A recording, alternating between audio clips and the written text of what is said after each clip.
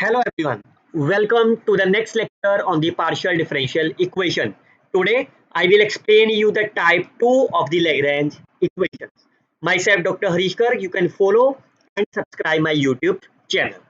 What we have discussed in our previous lecture, we have covered the type 1 where you can write the Lagrange equations and you can easily solve by finding the solutions of u and v.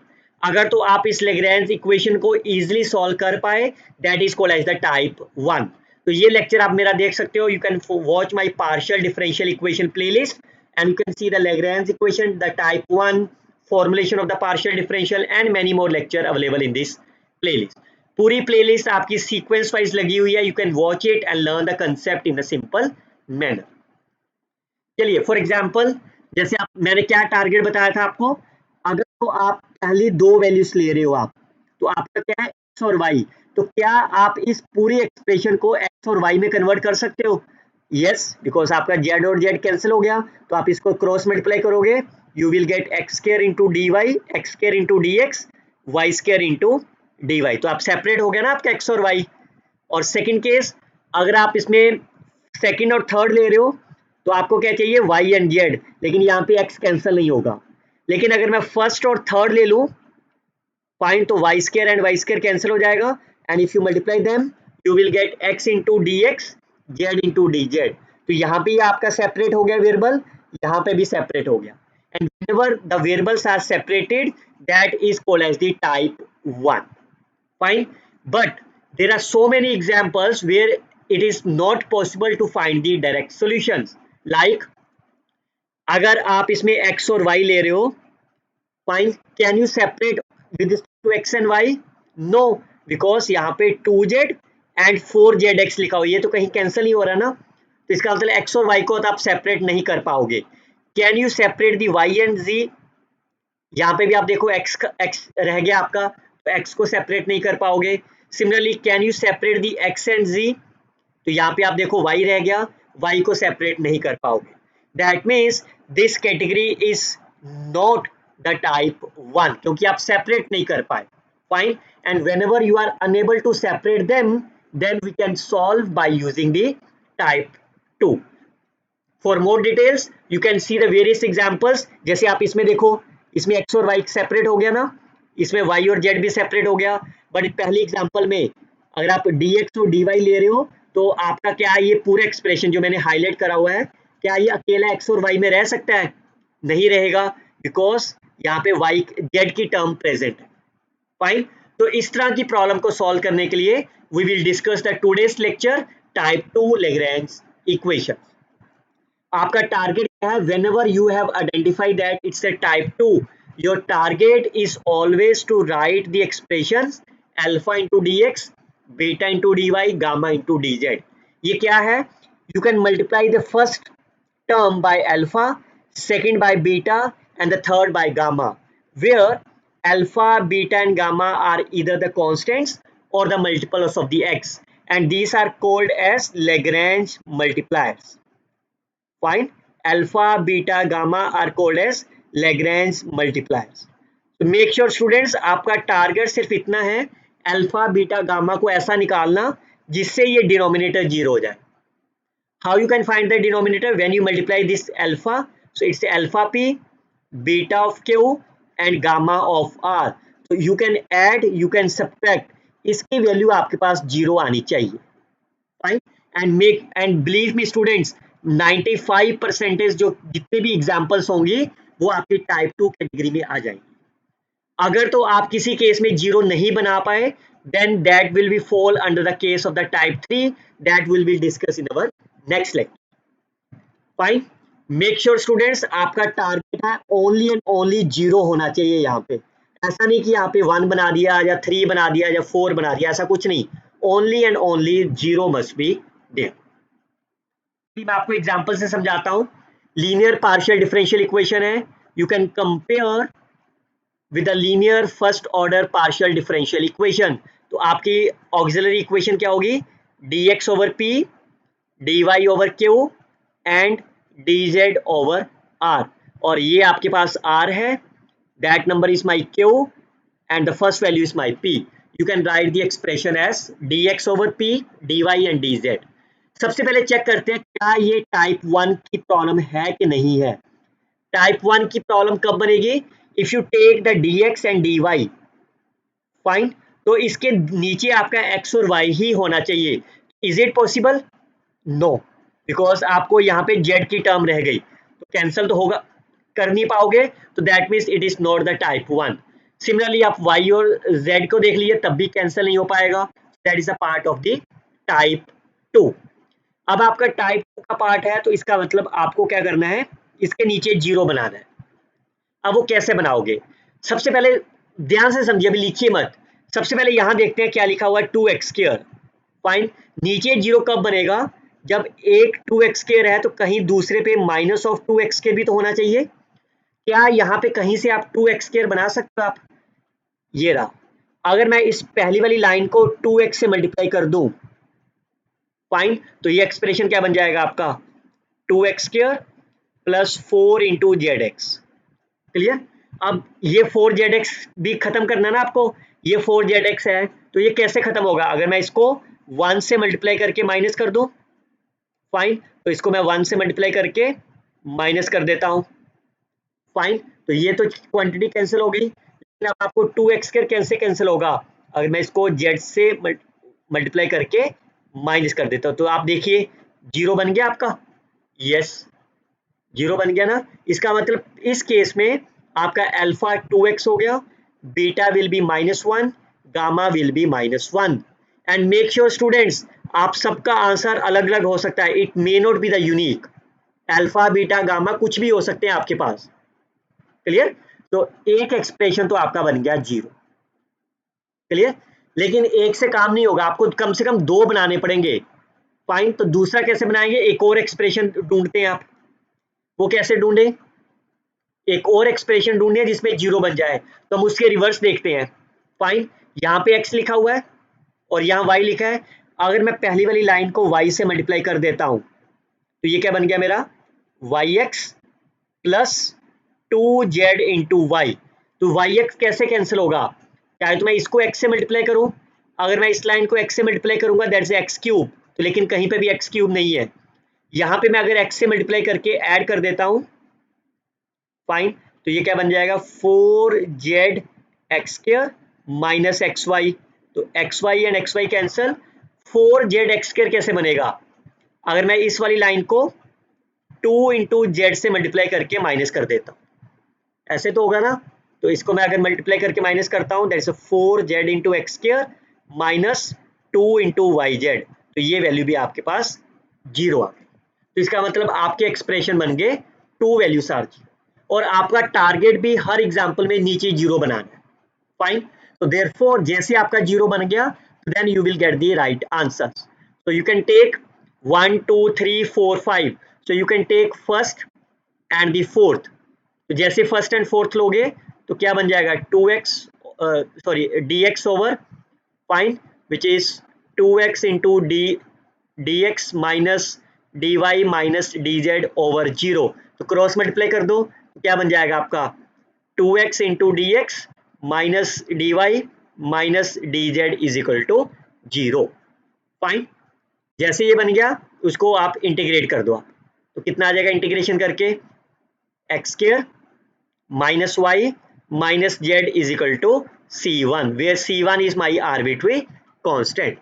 Similarly, you can take the first one and the last one, fifth and the last. तो आपके पास क्या रह जाएगा, y into dx plus x into dy minus 2z into dz is my zero. Now you can integrate them. ऐसा जरूरी नहीं कि आपको फर्स्ट लेना है, you can take the second and the last, second and the fourth, तभी भी यही आएगा ना। इसकी इंटीग्रेशन कर दो, फाइन, तो ये क्या बन जाएगा आपका, इस चीज को मैं क्या लिख सकता हूँ, d of x y minus 2z into d z is zero. तो करो इंटीग्रेशन, कितना हो गया ये x y minus z² is equal to another constant. Fine, तो आपके दो कॉन्स्टेंट बन गए, first one xy minus z² and second is x² minus y। तो क्या बताया था मैंने आपको प्रीवियस लेक्चर में, सॉल्यूशन कैसे लिख सकते हो आप, phi of u comma v is equal to 0, or you can write u is equal to phi of v. एक इन दोनों में से किसी एक को आप u ले लो और किसी एक को आप v ले लो, and your required solution will be right answer. Fine. अच्छा, एक और शॉर्टकट ट्रिक्स बताता हूँ आपको कि आप अपना आंसर कैसे चेक कर सकते हो.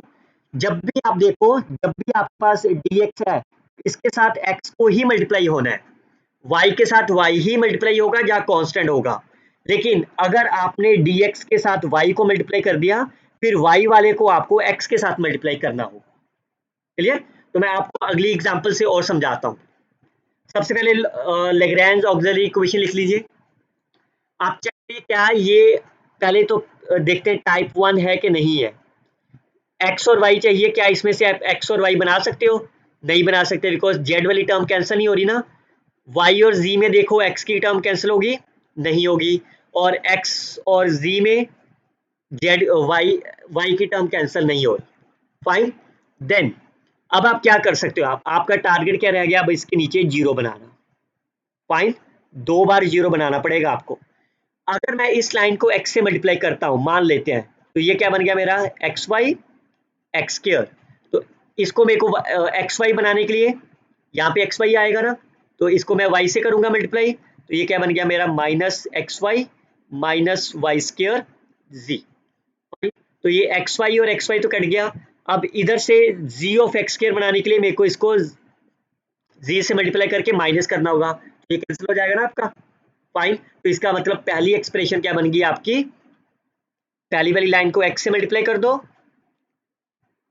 फाइन. आप यहाँ पे लिख लिया करो, पहली लाइन को मैंने x से मल्टीप्लाई करा, नीचे वाली लाइन लिख लो x y plus g of x square. अगर इसको वाले को y से मल्टीप्लाई कर दो तो कितना बन गया? Minus x y minus y square g. और थर्ड वाली को z से मल्टीप्लाई कर दो, तो एक्स स्क्वायर जी माइनस वाई स्क्वायर. तो ये आप देखो कैसे कैंसिल होगा. पहले दोनों तो ऐड करने पड़ेंगे. फाइन. ये कैंसिल हो जाएगा ना ऐड करने से, और ये दोनों को माइनस करना पड़ेगा, तो that will B minus of, ये पहली वैल्यू तो आपकी नीचे 0 आ गई. क्लियर? लेकिन एक और भी तो बनाना ना आपको. अब सीधे x से तो मल्टीप्लाई नहीं कर सकते. अब दूसरी एक्सप्रेशन देखते हैं आप. तो दूसरी एक्सप्रेशन कैसे बनाओगे आप? अब अगर मैं इधर से देखूं x dx, अब मैं रिवर्स चल लेता हूं. रिवर्स का मतलब, अब मैंने इसको x के करा था ना, इसको मैं y से मल्टीप्लाई कर देता हूं, मतलब y इंटू डी एक्स, और इधर फिर मेरे को x इंटू डी वाई करना होगा. फाइन. तो इसको मैं अगर y से मल्टीप्लाई करता हूं तो that will be y square z of x y, और इसको मैंने x से मल्टीप्लाई करा है, so minus x square minus x y z. Fine. और आप यहाँ पे क्या है? एक्स स्क्वायर, इसको किसी से मल्टीप्लाई करने की जरूरत पड़ेगी, और मैं इन दोनों को ऐड कर दूं तो ये तो कट जाएंगे. पीछे क्या रह गया? Y square minus x square. इसका मतलब मैं इसको सिंपल ही ऐड कर देता हूँ डी जेड से, किसी की मल्टीप्लाई करने की जरूरत नहीं है. You will get the 0. यही बनेगा ना एक्सप्रेशन. तो आपको दो एक्सप्रेशन बन गए 0. Fine. Both the values are my 0. तो from the first and the fourth,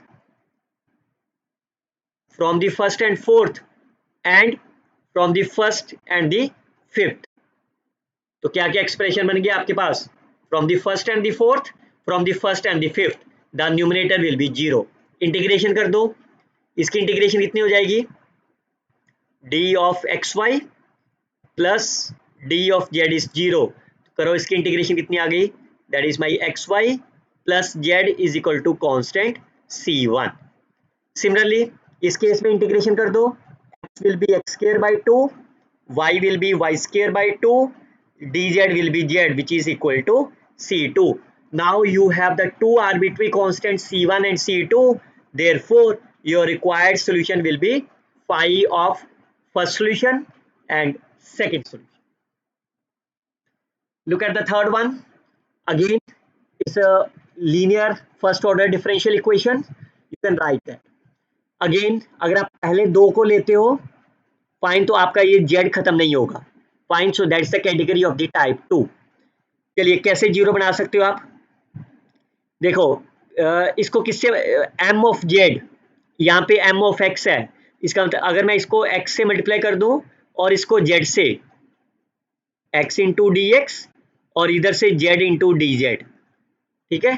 तो अगर मैं इसको x से मल्टीप्लाई करता हूं तो कितना बन जाएगा, m into x z minus n into x y, और इस वाले को मैंने z से करा है, l into y z minus m into x z. तो इन दोनों को क्या करना पड़ेगा मेरे को, ऐड, इन दोनों को तो ऐड हो गया, और साथ में ये रह गया n x minus l z, ये तो ऐड करके कैंसिल हो जाएंगे, एल ऑफ वाई जेड, इसका मतलब इसको मेरे को y से मल्टीप्लाई करना होगा, n into x y and l of y z. तो इन दोनों को क्या करूं मैं, इन दोनों को भी ऐड ही कर देता हूं, तो y ऑफ फाइन। तो ये चीज तो आपकी एक जीरो आ गई। ये तो एक एक्सप्रेशन बना है। दूसरा एक्सप्रेशन वो कैसे बनाओगे आप, फिर से इसी टर्म को देखो आप, फाइन। अब जैसे m इंटू जेड है, फाइन m इंटू एन, तो अगर मैं इस वाली लाइन को l से मल्टीप्लाई कर दूं, l into d x, fine, तो ये कितना बन गया, l into m z minus l into n y, fine. तो एल एम देखो कहां से बनेगा, यहां बनेगा ना, लेकिन एल एम जेड चाहिए, यहां तो y है, कहीं और बनेगा, एल एम जेड यहां बनेगा। इसको अगर मैं m से मल्टीप्लाई कर दूं, m इंटू डी वाई, तो कितना हो गया, m into n x minus l m into z, तो ये कट जाएगा ना आपका। और तीसरा क्या रह गया, एल वाई का मतलब इस वाली लाइन को मैं n से मल्टीप्लाई करता हूँ, फाइन। तो ये क्या बन गया, l into n y and m n x, तो क्या करें, इन तीनों को ऐड कर देते हैं, fine. So your expression will be 0, fine. आप तीनों एग्जाम्पल में देखो जो अभी तक हमने डिस्कस करिए, there is a sequence, x है तो फिर y है फिर z है, l m and n, fine.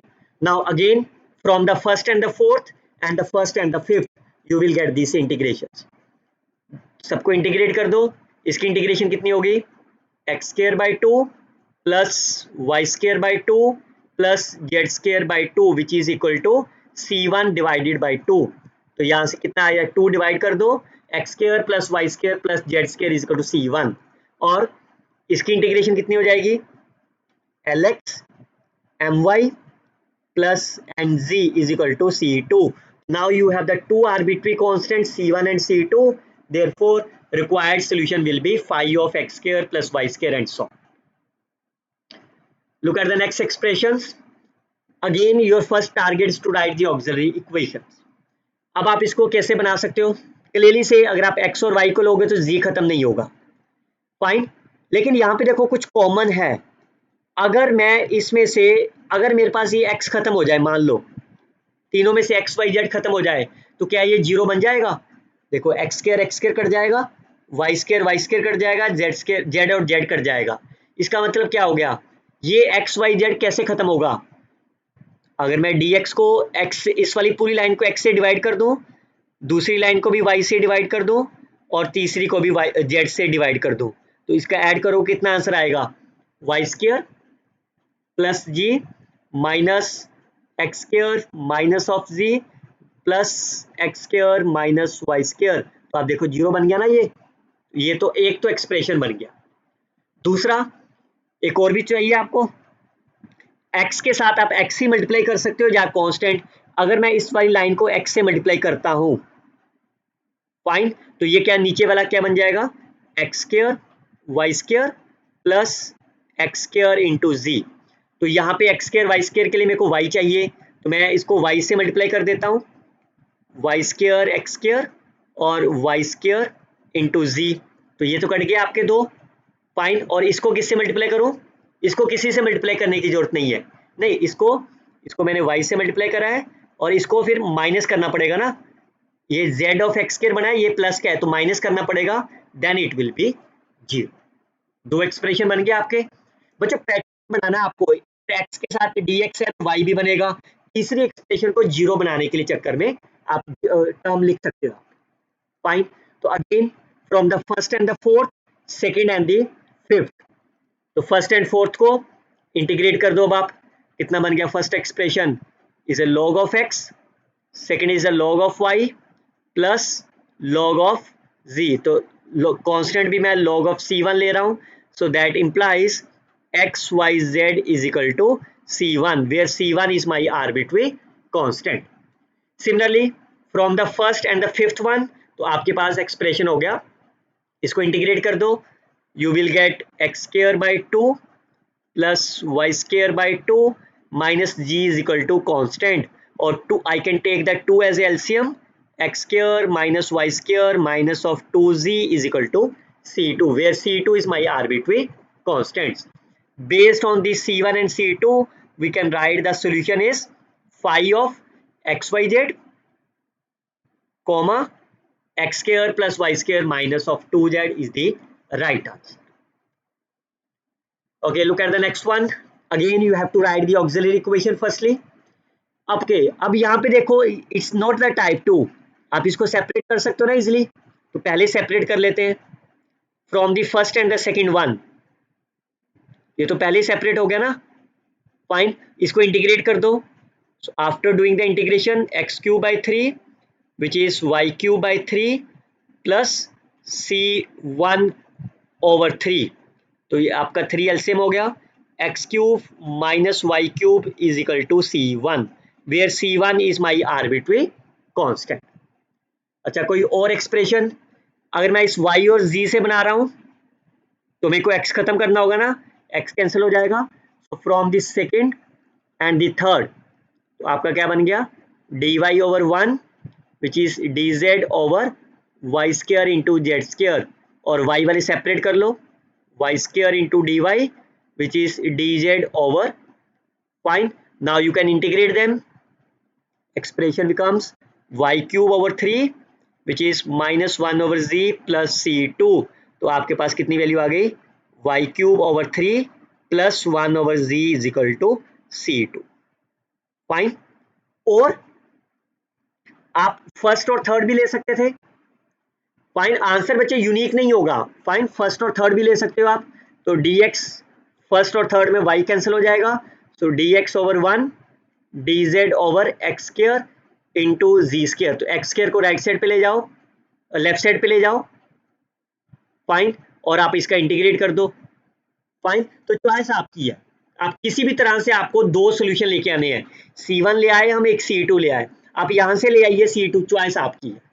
Fine, तो अगर मैं फर्स्ट और थर्ड ले रहा हूं, you will gate C2 is my, तो इन दोनों से आप एक सोल्यूशन बना सकते हैं. फाइन, बट अगर आप ये कहो कि सर इसको टाइप 2 से करके दिखाओ, तो I can do the type 2 also.